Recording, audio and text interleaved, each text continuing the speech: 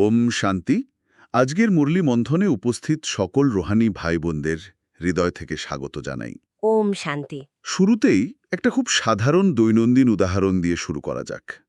ধরুন গ্যাসে জল ফুটতে দেওয়া হয়েছে, কিন্তু মানে প্রতি 2 মিনিট অন্তর যদি গ্যাসটা বারবার বন্ধ করে দেওয়া হয় আর আশা করা হয় যে জল ফুটবে, সেটা কি কখনো সম্ভব? না, সেটা তো একেবারেই সম্ভব নয়। জল ফুটতে গেলে তো একটা টানা তাপ দরকার। ঠিক। গ্যাসে ক্রমাগত আগুন জ্বললেই কিন্তু একটা নির্দিষ্ট সময় পর জল ফুটতে শুরু করে। আধ্যাত্মিক জীবনে বা আমাদের দৈনন্দিন রুহানি চর্চার ক্ষেত্রেও আমাদের অবস্থাও ঠিক এই রকম। একদম। আমরা যখনই কোনো জ্ঞান শুনি তখন আমাদের খুব ভালো লাগে, কিন্তু সেই জ্ঞানকে নিজের স্বভাবে পরিণত করার বেলায় ওই বারবার গ্যাস বন্ধ করার অভ্যাসটাই আমাদের পিছিয়ে দেয়। ঠিক তাই। আজকের মুরলির মূল লক্ষ্যই হল এই স্থিতি ধরে রাখার বিজ্ঞানটাকে গভীরভাবে বোঝা। আধ্যাত্মিক জ্ঞান শুধু জানা এবং সেই জ্ঞানকে বাস্তবে দীর্ঘক্ষণ ধরে রাখার মধ্যে যে পার্থক্য, সেটা নিয়েই আজ আমরা আলোচনা করব। আচ্ছা, চলুন বিষয়টার একটু গভীরে যাওয়া যাক। ওই গ্যাস বন্ধ করার উপমাটা কিন্তু আমাদের মনস্তত্ত্বের একটা নিখুঁত চিত্র তুলে ধরে। তাই না? হ্যাঁ, আমরা যখন কোনো আধ্যাত্মিক আলোচনা শুনি বা মল্লির গভীরে যাই, তখন সাময়িকভাবে আমাদের ভেতরে একটা বিশাল এনার্জি স্পাইক বা শক্তির উচ্ছ্বাস তৈরি হয়। হ্যাঁ, তখন মনে হয় আমরা সবকিছু জয় করে ফেলতে পারবো। একদম। কিন্তু মল্লিতে আজ বারবার একটি অত্যন্ত গুরুত্বপূর্ণ প্রশ্ন করা হয়েছে।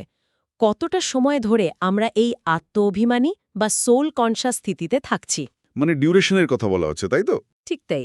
সাধারণত আমরা স্মরণের কোয়ালিটি বা গুণের কথা বেশি ভাবি, কিন্তু এখানে সময়ের ওপর এত বেশি ফোকাস করা হচ্ছে কারণ ক্ষণিকের জন্য আত্ম-অভিমানী হওয়া এবং পরক্ষণেই আবার জাগতিক পরিচয়ে ফিরে যাওয়ার যে প্যাটার্ন, তাকে ভাঙতে গেলে ওই নিরবচ্ছিন্ন তাপ বা আগুনের প্রয়োজন। এই প্যাটার্ন ভাঙাটাই আসল যুদ্ধ। আমি যখন এটা পড়ছিলাম তখন মনে হচ্ছিল আমরা ধ্যানে বসে হয়তো খুব গভীর শান্তি অনুভব করি, জলটা বেশ গরম হয়, হুম। কিন্তু তারপর ধ্যানের আসন থেকে উঠে যখন বাস্তব জীবনে প্রবেশ করি, ধরুন ট্রাফিকের মধ্যে কেউ হর্ন বাজালো বা অফিসে কাজের চাপ হঠাৎ বেড়ে গেল, অমনি যেন ওই গ্যাসটা বন্ধ হয়ে যায়। একদম।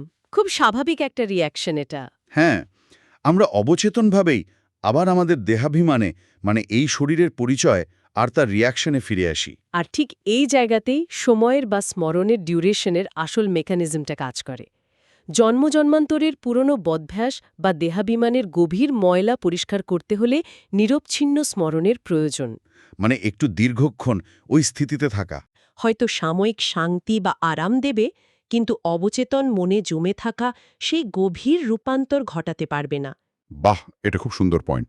যতক্ষণ না আমাদের আত্ম-অভিমানী স্থিতির সময় বা ডিউরেশন বাড়ছে, ওই পুরনো তমপ্রধান বা নেতিবাচক সংস্কারগুলো ভস্ম হয়ে আদি শতপ্রধান স্থিতিতে ফিরে আসার কোনো সম্ভাবনা নেই। এই পুরনো সংস্কারগুলো ভস্ম করার কথা যখন উঠলই, তখন একটা ব্যাপার খুব কৌতূহল জাগায়।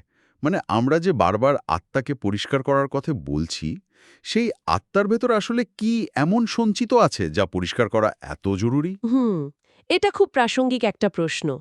মুরলিতে আজ আত্মাকে পুরুষ এবং শরীরকে নারী হিসেবে উল্লেখ করা হয়েছে। প্রথমবার শুনলে যে কারোর মনে হতে পারে এটা বুঝি আমাদের জাগতিক স্ত্রী-পুরুষ লিঙ্গভেদে বা জেন্ডারের কথা বলা হচ্ছে। অথচ এর সঙ্গে আমাদের জাগতিক জেন্ডার বা লিঙ্গভেদের বিন্দুমাত্র সম্পর্ক নেই। তাই হ্যাঁ, এখানে সবচেয়ে চমকপ্রদ বিষয়টা হল ভারতীয় দর্শনে পুরুষ এবং প্রকৃতির যে আদি ধারণা রয়েছে, মুরলিতে তারই একটি অত্যন্ত সূক্ষ্ম রূপ তুলে ধরা হয়েছে। একটু বুঝিয়ে বলবেন? নিশ্চয়ই। এখানে পুরুষ মানে হল মালিক, চালক বা স্রষ্টা, আর নারী মানে হল প্রকৃতি, মাধ্যম বা শরীর। বিষয়টিকে যদি আধুনিক দৃষ্টিকোণ থেকে দেখি, এটি মূলত ড্রাইভার এবং গাড়ির সম্পর্ক। ও আচ্ছা, ড্রাইভার আর গাড়ি। হ্যাঁ, আত্মা হলো সেই ড্রাইভার, আর এই পঞ্চতত্ত্বের শরীর হলো কেবল একটি গাড়ি। তার যখন আমরা নিজেদের কেবল একজন পুরুষ বা নারী হিসেবে দেখি, তখন আমরা আসলে গাড়ির মডেলটাকেই ড্রাইভার ভেবে ভুল করি। একদম ঠিক বলেছেন। আর সেখান থেকেই শুরু হয় সমাজের চাপিয়ে দেওয়া সমস্ত নিরাপত্তাহীনতা, অহংকার বা হীনমন্যতা। আমি একজন পুরুষ, তাই আমাকে কাঁদতে নেই, বা আমি একজন নারী, তাই আমাকে সব সহ্য করতে হবে। এই যে অদ্ভুত কিছু ফ্রেমওয়ার্ক, আমরা এগুলোর ভেতরেই আটকে যাই। আর এই ফ্রেমওয়ার্কগুলোই হলো দেহাভিমানের সবথেকে বড় লক্ষণ। হুম। কিন্তু যখন কেউ নিজেকে আত্মা বা মালিক হিসেবে দেখে এবং শরীরকে কেবল কর্ম করার একটি যন্ত্র হিসেবে বিবেচনা করে, তখন এই সমস্ত জাগতিক নিরাপত্তাহীনতা নিমেষে দূর হয়ে যায়। মানে দৃষ্টিভঙ্গিটাই পাল্টে যায়। একদম। তখন সামনে যে মানুষটা দাঁড়িয়ে আছে তার লিঙ্গ, বয়স বা পদমর্যাদা আর চোখেই পড়ে না, শুধু একটি উজ্জ্বল আত্মা দেখা যায়। এই আত্মার ভেতরের অবস্থাটা বোঝাতে আধুনিক প্রযুক্তির একটা উপমা আমার খুব প্রাসঙ্গিক মনে হয়। কি রকম? মানে আত্মা কিন্তু জন্মের পর কোনো ফাঁকা স্লেট বা এমটি মেমরি নিয়ে আসে না। এটি আসলে একটা বিশাল জিপ ফাইল।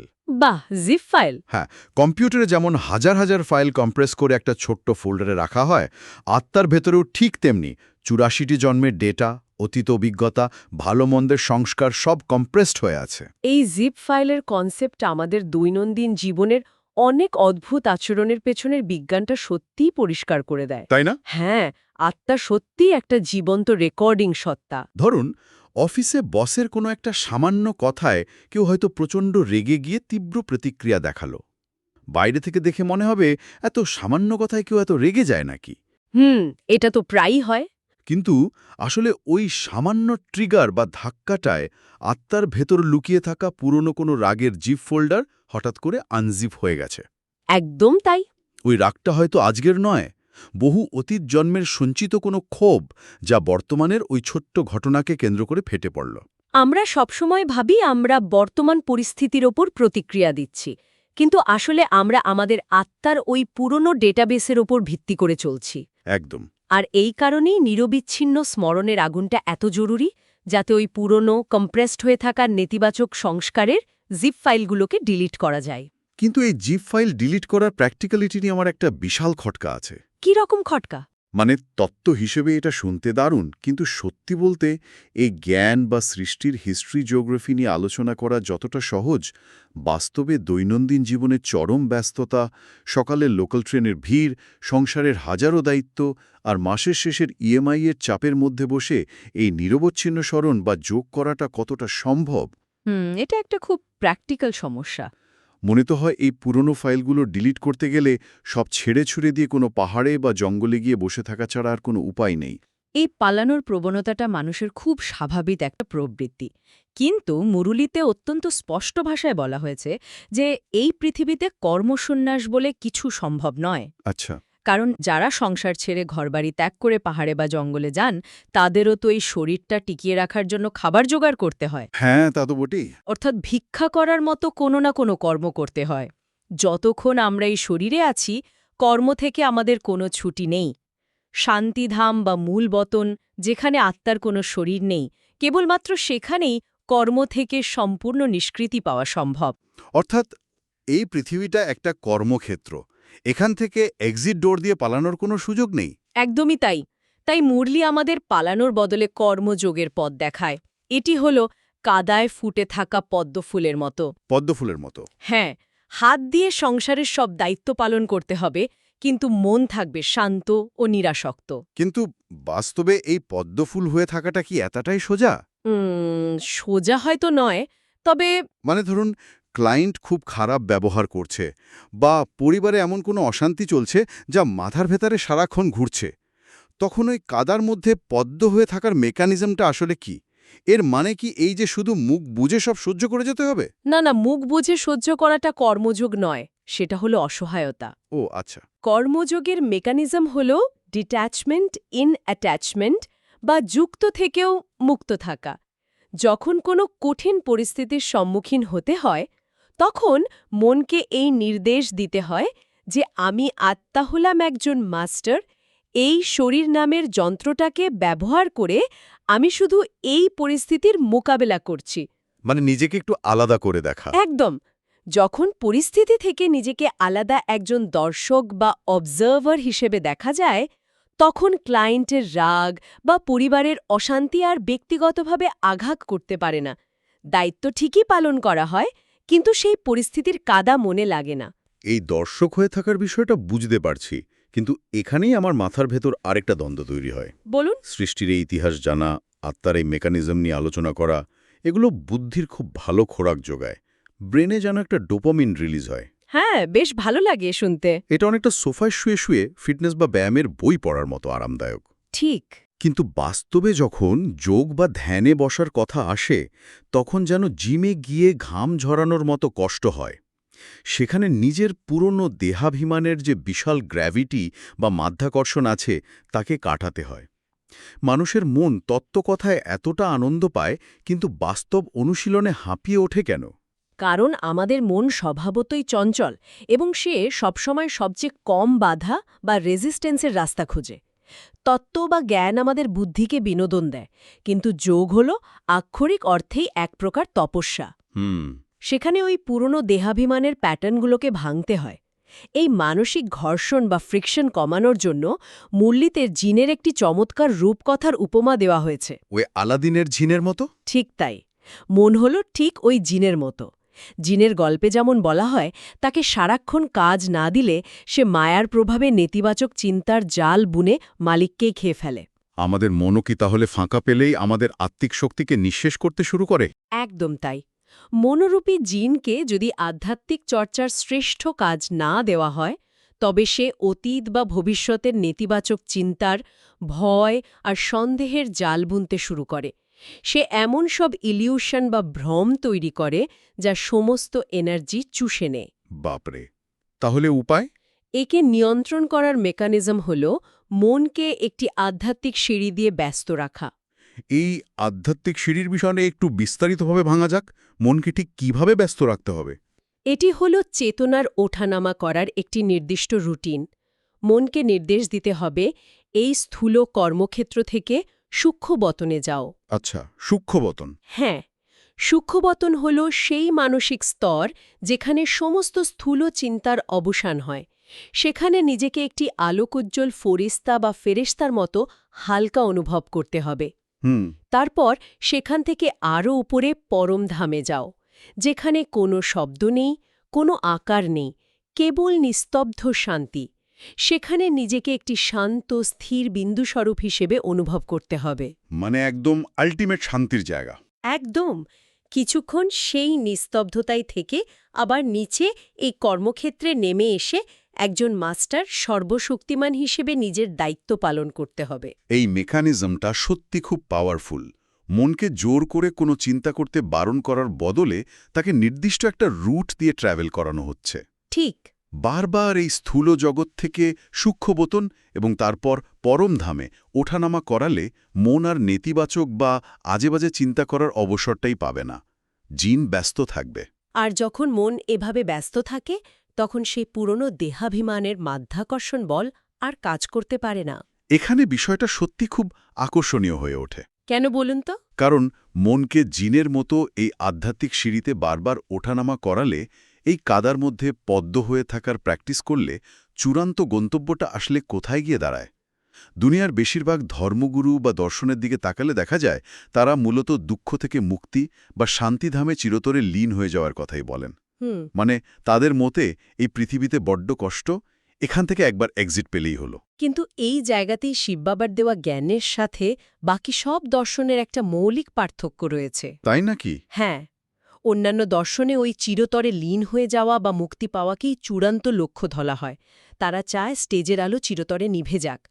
কিন্তু মুরলি আমাদের মনে করিয়ে দেয় যে আমরা আত্মারা হলাম একজন অনাদি অ্যাক্টর বা অভিনেতা। বাহ, অভিনেতা! আর কোনো অভিনেতাই চিরকাল স্টেজের পেছনে গ্রিন রুমে লুকিয়ে থাকতে পারে না। তার কাজই হলো স্টেজে এসে অভিনয় করা। একদম ঠিক। একজন অভিনেতার আসল সার্থকতা তো স্টেজে এসে নিজের সেরা পার্ট প্লে করার মধ্যেই। শুধু গ্রিন রুমে বসে থাকলে তো আর অভিনয় হলো না। ঠিক তাই।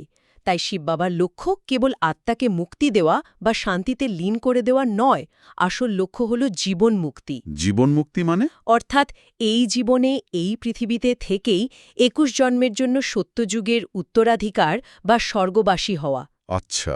ঠিক সেরকম।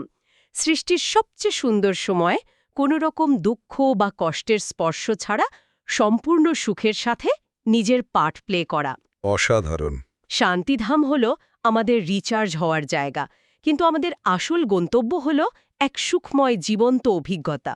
এই জীবন মুক্তির লক্ষ্যটা তো খুবই উঁচু মানের, কিন্তু আজকের দিনে দাঁড়িয়ে প্র্যাকটিক্যালি এটা অর্জন করাটা একটা বড় চ্যালেঞ্জ। পদে পদে মায়ার আক্রমণ বা বাইরের নেতিবাচক পরিস্থিতিগুলো তো আর আমাদের জন্য থেমে থাকবে না। তা তো বটেই। তত্ত্ব যতই সুন্দর হোক, বাস্তবে তো রোজ নানা সমস্যার মুখোমুখি হতে হয়। এই নেতিবাচক পরিস্থিতি সামলানোর জন্যই মুরালিতে খুব চমৎকার এবং প্র্যাকটিক্যাল একটি সমাধান দেয়া হয়েছে। সেটা হলো মায়াকে মূলহারা পরানো। মূলহারা জিনিসটা ঠিক কি? মূলহারা হলো পশুদের মুখে পরানো সেই ঠুলি, যাতে তারা ফসল নষ্ট করতে বা কাউকে কামড়াতে না পারে। ও আচ্ছা, এটাকে আজকের দিনের নয়েজ ক্যান্সেলিং হেডফোনের সাথে তুলনা করলে মেকানিজমটা বুঝতে খুব সুবিধে হয়। বাহ, বেশ আধুনিক তুলনা। নয়েজ ক্যান্সেলিং হেডফোনের মেকানিজমটা এখানে কিভাবে কাজ করে বলে মনে হয়? দেখুন, নয়েজ ক্যান্সেলিং হেডফোন কিন্তু বাইরের কোলাহল, ট্রাফিকের শব্দ বা মানুষের চিৎকার থামিয়ে দেয় না। বাইরের পৃথিবীতে শব্দ ঠিকই হতে থাকে, কিন্তু হেডফোনের ভেতরে এমন একটা প্রযুক্তি থাকে যা ওই বাইরের ফ্রিকোয়েন্সিগুলোকে ক্যান্সেল করে দেয়। ফলে সেই শব্দ আর কান পর্যন্ত পৌঁছাতে পারে না। মায়াকে মূলাহারা পরানোর অর্থও ঠিক তাই। একদম ঠিক। বাইরের মানুষ হঠাৎ করে খারাপ ব্যবহার করা বন্ধ করে দেবে না, বা অফিসের চাপ ম্যাজিকের মতো উধাও হয়ে যাবে না। এর আসল মেকানিজম হল বাইরের নেতিবাচকতায় নিজের রিয়াকশন বা প্রতিক্রিয়া দেওয়া বন্ধ করে দেওয়া। ঠিক তাই। ভেতরের রিমোট কন্ট্রোলটা নিজের হাতে রাখা, যাতে বাইরের কোলাহল ভেতরের স্থিতি নষ্ট করতে না পারে। এটি মায়াকে নিয়ন্ত্রণ করার একটা নিখুঁত স্ট্র্যাটেজি। বাইরের পরিস্থিতি যেমনই হোক, ভেতরের শান্তি যেন নষ্ট না হয়। তবে এখানে একটা বড় বিপদের কথাও মুরলির বরদান অংশে খুব স্পষ্টভাবে মনে করিয়ে দেওয়া হয়েছে। কী রকম বিপদ? অনেক সময় এই ভেতরের স্থিতি বজায় রাখার জন্য বাইরের উপকরণের ওপর বেশি নির্ভরশীল হয়ে পড়ার একটা প্রবণতা তৈরি হয়। অর্থাৎ আমাদের আধ্যাত্মিক সাধনা ধীরে ধীরে জাগতিক সাধন এর দাসে পরিণত হয়। সাধন মানে হল উপকরণ বা মাধ্যম। আমি বুঝতে পারছি এটা কোন দিকে যাচ্ছে। বলুন তো। যেমন ধরুন, এমন একটা ধারণা তৈরি হলো যে একদম পারফেক্ট টেম্পারেচারের এসি ঘর আর ইউটিউবে ওই নির্দিষ্ট ফ্রিকোয়েন্সি রিল্যাক্সিং মিউজিকটা না চালালে তো ধ্যানই হবে না। একদম। কিন্তু যদি কারেন্ট চলে যায় বা হেডফোনের ব্যাটারি শেষ হয়ে যায়, তাহলে তো সব শান্তি নিমেষে শেষ। আমি তো তখন পরিস্থিতির দাস হয়ে গেলাম। ঠিক এই জায়গাটাতেই আমাদের সতর্ক হতে হবে। যদি ওই নির্দিষ্ট পরিবেশ বা গ্যাজেট ছাড়া আমরা শান্তিতে বসতে না পারি, তবে বুঝতে হবে আমাদের সাধনা বালির ওপর তৈরি অট্টালিকার মতো। যে কোনো সময় সামান্য ঝড়ে তা ভেঙে পড়তে পারে। খুব সত্যি কথা। আধ্যাত্মিক সাধনা হওয়া উচিত পাথরের ওপর তৈরি, যা কোনো বাহ্যিক উপকরণের ওপর নির্ভরশীল নয়। কারেন্ট না থাকলেও বা চারপাশের পরিবেশ প্রচণ্ড কোলাহলপূর্ণ হলেও ভেতরের শান্তি যেন অটুট থাকে।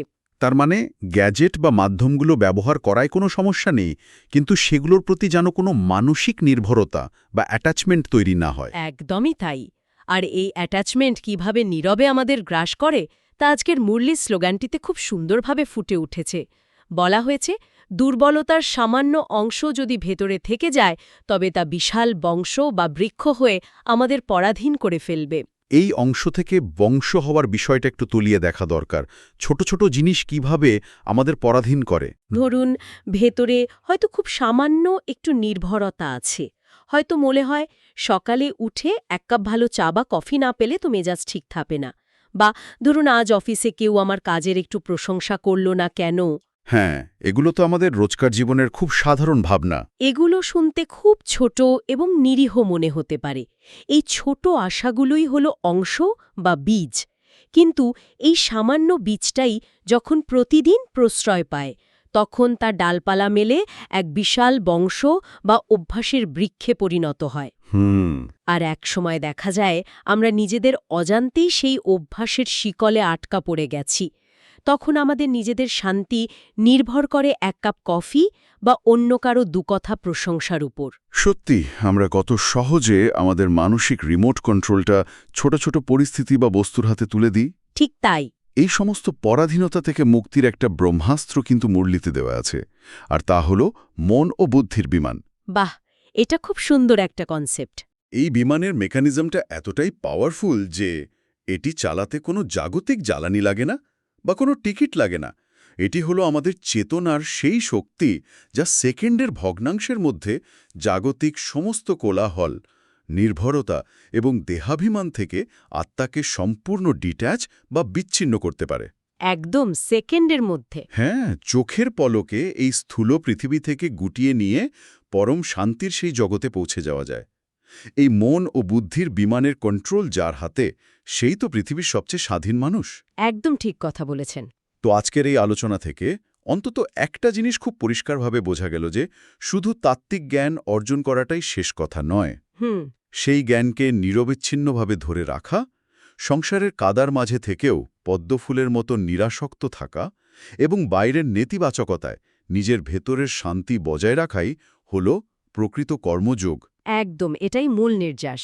আজকের আলোচনা শেষে আগামী ২৪ ঘন্টার জন্য একটি ছোট্ট থট এক্সপেরিমেন্ট বা ভাবনার বিষয় রেখে যেতে চাই। নিশ্চয়ই। একটু খেয়াল করে দেখার বিষয় যে দৈনন্দিন জীবনে এমন কোনো ছোট ছোট সাধন বা আরামদায়ক গ্যাজেট, নির্দিষ্ট পরিবেশ বা বিনোদনের মাধ্যমগুলো আছে যেগুলো ছাড়া খুব অস্থির লাগে। এটা একটু ভেবে দেখার মতো বিষয় যে আমরা কি সত্যি সত্যি সেগুলোর মাস্টার বা মালিক, নাকি নিঃশব্দে সেগুলোই ভেতরের শক্তিকে গ্রাস করে আমাদের নিজেদেরই দাস বানিয়ে ফেলছে। এই নির্ভরতার শিকলগুলো চেনাটাই কিন্তু প্রকৃত স্বাধীনতার প্রথম পদক্ষেপ। খুব সুন্দর একটা ভাবনার জায়গা। সময় নিয়ে একটু ভেবে দেখার বিষয় এটা। আজ তাহলে আমরা এখানেই শেষ করছি। ওম শান্তি। ওম শান্তি।